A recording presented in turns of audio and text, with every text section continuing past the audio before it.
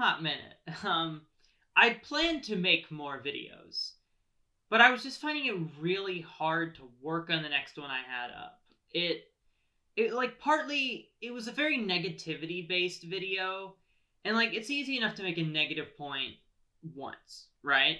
But sitting there listening to myself make the same negative point over and over was really weighing me down. And then like I was practicing editing with all those videos I was doing, but that meant I was doing a lot of editing, and that alone was making the videos take longer. And then it all compounded. I was wearing myself down. I just gave up for a while. So this time I want to go for a more simple approach, just talking to the camera. I'll put stuff in, obviously, but this makes it a lot easier, way less editing intensive, and I get the autism explained much easier this way. So I'm excited. I'm going to have fun. So I've got freshly dyed hair. I've got a cheap USB mic that I don't know how to get stopped glowing. You can't see it, I hope. It's glowing. Anyway, I'm ready to go to start talking about Zootopia. Probably not a shocker that a furry really likes this movie. It was only like a month or two before the marketing for it started that I like realized I was a furry. That's a weird way to put it, but I figured out the interest.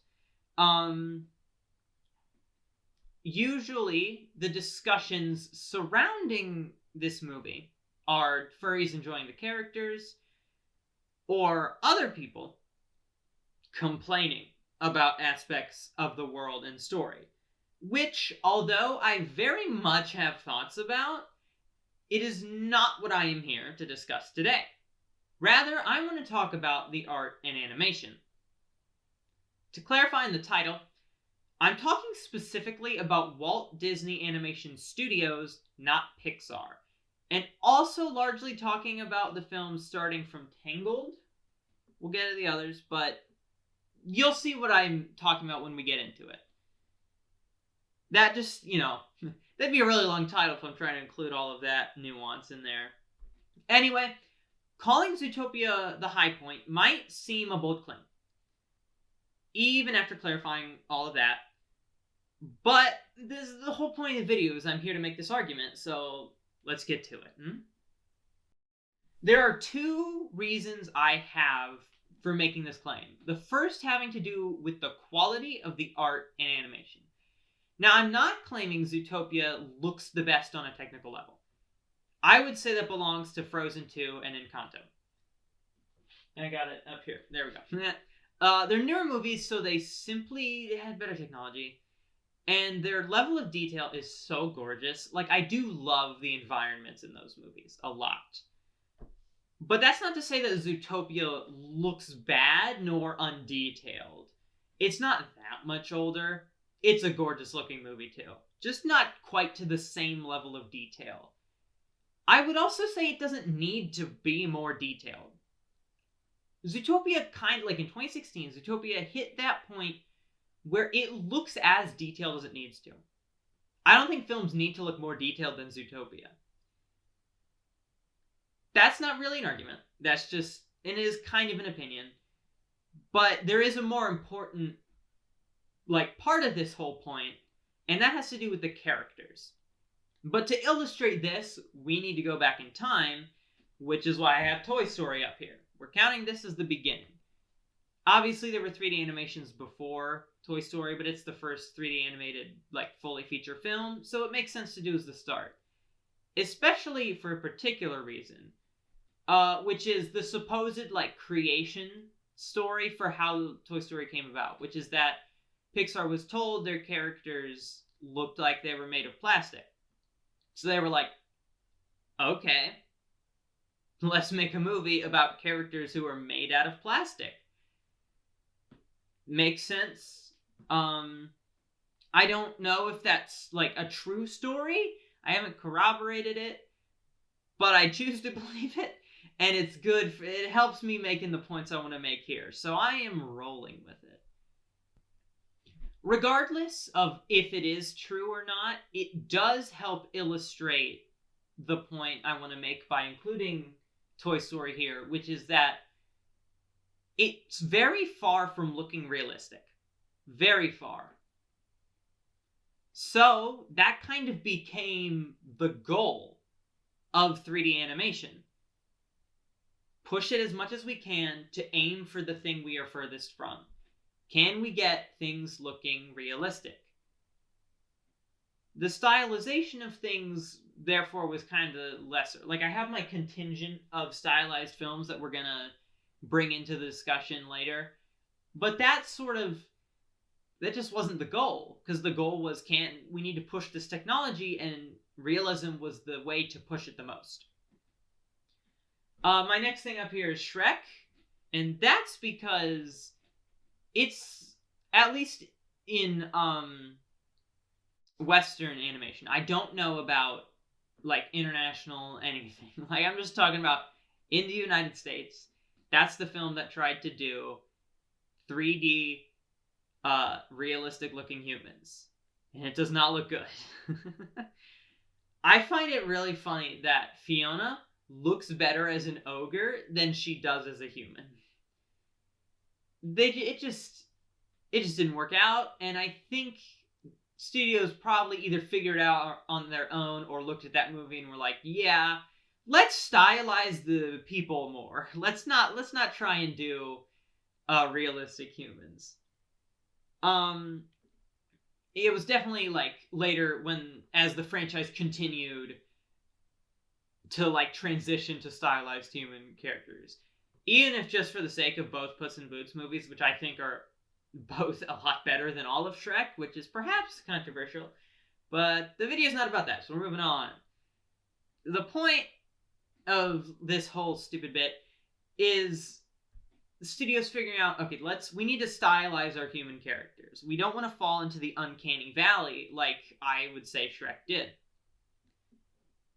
The environments didn't do the same thing. The environments were going for that realism, semi-realism.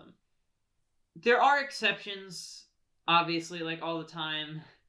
The big ones being Peanuts, the Peanuts movie, which I would say kicked off the stylization more than Spider-Verse.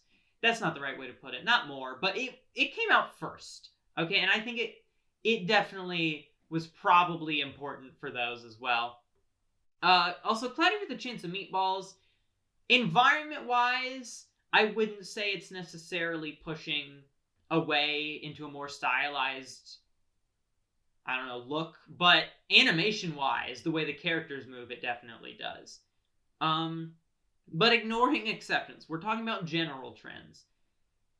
Let's get to the actual, like, studio subject of this video, Walt Disney Animation Studios, because they had 3 films that are, well, they're right here. This was the wrong way to lead into this. We're starting with Chicken Little. And what a start it is, because this movie is ugly, and not in a very good way. It's aged poorly. I would say it kind of looks worse than movies that came out before it. It's a bit more cartoony than other 3D films. Not a ton, but like a little bit. And it didn't work out for it. It didn't do well. The next thing Disney tried was Meet the Robinsons, which also did not do well. And it was also a bit more cartoony and stylized, at least at parts. Didn't work out. So then, Bolt. I hope I'm pointing at it. I can't really tell where I'm pointing when I do this. Bolt, I like a lot. And audiences liked it more as well, because it's the one that did well. And surprise, surprise, Bolt is the one that was less stylized. It was more on that realism thing. And I'm going to touch on that again later. But it is interesting that that's the one that ended up working out for Disney when they're foraying into this 3D animation style. I should have gotten water. I might be stupid. We're going to push on and get us now to Tangled. Because Tangled is, like, that's what kicks off Walt Disney Animation Studios thing of its films having the same art style. Which is interesting compared to other studios that didn't do that. It's not, like, unreasonable that Disney did it. That's how it worked before with 2D forever. But it is interesting, especially because a lot of people would say this was kind of detrimental, primarily because it mostly the women in these films can get rather same-facey. I remember people being so annoyed when Raya and the Last Dragon was like coming out getting all its marketing and stuff, and Sisu just looks a lot like Elsa. And like they have a point. This is a tangent, but what did happen there exactly? For one, Zootopia already proved they could do anthropomorphic characters. So why did this one end up looking like Elsa when Zootopia did? Like, that's strange. And then also, this part is what's really weird to me. Sisu has a human form who looks like a stylized version of Aquafina, who just doesn't look like Elsa. So, what happened there? It just feels a little weird, right? Like, kind of ethnocentric. Well, whatever. This isn't particularly relevant. What is relevant about pointing out similarities between Disney's character designs is that they themselves have not changed a ton through the years. Specifically, what I mean is the environments have only gotten more detailed around these characters, but they themselves haven't really. Their stylization kind of prevents them from being more detailed, and it's noticeable. Frozen 2, it's a film with many problems, and this is a rather minor one compared to some of them, but it's still something I felt when watching the film. Like, the characters are just too simplistic and like smooth compared to their frankly gorgeous and detailed environments. It feels weird. The way I describe it is the environments and the characters were designed completely separately instead of being designed together. And I think that's probably true.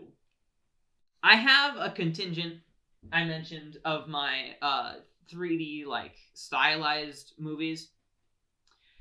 And the biggest like point with them on here is that they do feel like the characters and the environments were designed together. They match. That's like bare minimum saying it out loud. Like, you'd want them to match, but with Frozen 2, it doesn't feel like they match. And a big thing, like, their clothes are detailed, and then you go to their face, and it's not. Like, it's beyond just, like, they have makeup on or something. They're weirdly smooth. It's not terribly off-putting. I don't want to say that sinks the movie. Frozen 2 is sunk for other reasons, but it's strange. It stands out. It's weird. So, that finally gets us back to Zootopia, which I'm sure you can tell I don't think makes the same mistakes. And it avoids doing so by the simple thing of just being about furries. Specifically, it has mammals, and mammals, as I'm sure you're aware, generally are covered in fur. And fur is a lot easier to render in detail, while still keeping a character stylized. Immediately, this grounds Zootopia's characters in their surroundings way more. They don't feel out of place or designed totally separately. They are for their world, and their world is for them. And with the world being pretty good looking, maybe not the most deep, but good looking, I would say that the coherency between the characters and their environments puts them like a league above the other 3D Disney films. As you will recall, though, I said I have 2 reasons for considering Zootopia the Highpoint. This has just been 1. Reason 2 is about the why of the art and animation. We're going to visit the stylized films again, because they illustrate this point really well. The Last Wish in particular is great here, because it has its own like built-in point of comparison, seeing as it's part of a franchise. Shrek, as a franchise overall, is not great looking, nor is the action like really any good. Talking overall, I mean, things get better over time, Like Shrek Forever After, things are starting to improve. They're like overall when we get to Puss in Boots like 2011, that's when things are better. But it's the Last Wish when they're great. It looks better visually. The storybook art style does a lot for it, as does the like vibrant environments. That's like watching Puss in Boots from 2011. The environments are lame. They're so lame, and apparently, like Spain is entirely a desert. Last Wish fixes that. It's way more fun and interesting to look at. But the biggest thing is characters move with actual speed and agility. And lower frame rates and interesting camera movement and angles during fights give a lot of weight and flair to character motion. Shrek is like completely lacking with pretty much all of that prior to this film. The point being, The Last Wish makes a lot of choices with its art and animation that actively enhance it. These others do it as well. I feel like I don't need to say a ton on Spider-Verse because so many people already have. But bottom line is it feels more comic book-like in appearance and adapts its different art styles gimmick into itself very well. Across the Spider-Verse really pushes everything even further. Like, honestly, a little too far. It's hard to appreciate everything I'm looking at in that movie with how much is going on. But anyway, that's not relevant. Point is, the movies are making specific choices about their art and animation style. Mutant Mayhem is similar in approach, but things get different with the art, which feels focused on making everything kind of ugly, which absolutely rules. I love it. And it makes a lot of sense for a film largely focused on a bunch of ugly-looking mutant creatures. Leatherhead can kind of get it, though, you know? Finally, the bad guys. It really leans into the slapstick and fun that you can get with really cartoony animation, and exaggerated character movements and expressions really add a lot of personality and, in some cases, emotional weight to the characters. Now, by talking about these stylized films, I don't mean to imply that films that aim for realism somehow aren't capable of having been intentional with the choice of doing so. Going back to Toy Story, whether or not that creation story I mentioned is real doesn't matter, because the choice for realism just is the best for the film. The whole premise is, what if your toys came to life? As in, what if toys had to navigate the real world? Stylizing it could work, sure, but I don't think that would work near as well. You really feel how this art and animation choice with... Oh, I wrote this wrong in my script. That's kind of funny. Okay, the point I messed up this next part. The point I want to make is, since Toy Story 3 and 4 are much more recent and look the best, you really feel how much this realism choice adds to the movies. And Pixar actually does this a fair amount. Bug's Life is just about bugs. Realism makes sense. Incredibles is about superheroes trying to adjust to normal life, a la the real world. Realism makes sense. Ratatouille is about a chef rat. As silly as the human mech concept is, the world being realistic is very relevant to the dangers that are posed to a rat. So realism makes sense. I'll stop there with Pixar, because this isn't a video about Pixar, and I feel I've made my point that I don't think Disney is as careful with their story choices. I don't think you can really say there's a reason for Frozen to aim for realism. If anything, it kind of weakens the grandness of Elsa's magic. It's a similar story with Tangled. Like, why does it look the way it does? I'm not sure you can say that it needs to. Obviously, this is all leading back to Zootopia, but I want to take a detour first to indicate that I don't think Disney only managed to justify their style one time. Which brings me back to Bolt. Also, okay, looking up here, like these three are contingent unto themselves as the three movies before Tangled set a specific style. I don't know why the posters are all red. Um, I'm also not sure that that's the like official Chicken Little poster. I don't think it is, because the one that seemed like it was had him like cowering on the ground, which meant he was head down, ass up, which I didn't want to print that out and put it on my barn doors. So all these posters are red for some reason. Um, where was I at? Right, Bolt. We're on Bolt. Back to Bolt.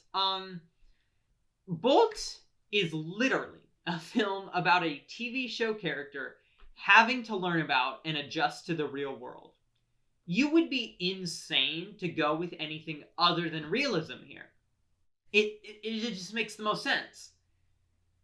This film is also one of the most Pixar-like films Disney has made, so that probably had something to do with it. Finally, though, back to Zootopia again. The premise of Zootopia, in terms of world building, is essentially just what if our world was made by anthropomorphic mammals? Standard furry setup. In a movie specifically mirroring the real world, are you really going for anything other than realism? You could, but I don't think it would work as well. Like, the bad guys isn't real. Like, it's literally set in Los Angeles, but it's not really trying to be like, oh, the real world, but if we had these wacky creatures, it's not really trying to be like that. In fact, it's more, it exaggerates some of the, usually with the teeth. Like, it makes them, like, cartoonishly scary, thus the people in the movie, despite things being cartoony, are scared. Like, you get it. I probably didn't need to point this out, but I felt like I needed to because the comparisons are drawn between these films sometimes. Zootopia is very different than The Bad Guys. It is more directly comparing to the real world. So it makes sense, realism in that case, not realism for The Bad Guys. But part of this also is the way characters move. A simple example, probably the easiest one as well, is when Judy is chasing Duke through Little Rodentia, she finds herself having to be extra careful and having to say frou frou because the differences in size very much add up to differences in speed, too. This isn't the case for these stylized films. The Last Wish and The Bad Guys in particular, I'm going to stand out here because they also involve, well, they involve, like, anthropomorphic, I guess now that I think about it, it would have made sense to include Mutant Mayhem here, too. Kind of. I'm weakening my own point by bringing it up now, so I'm going to ignore that I ever mentioned Teenage Mutant Ninja Turtles, and I'm going to go back to the point I wanted to make. So, Last Wish.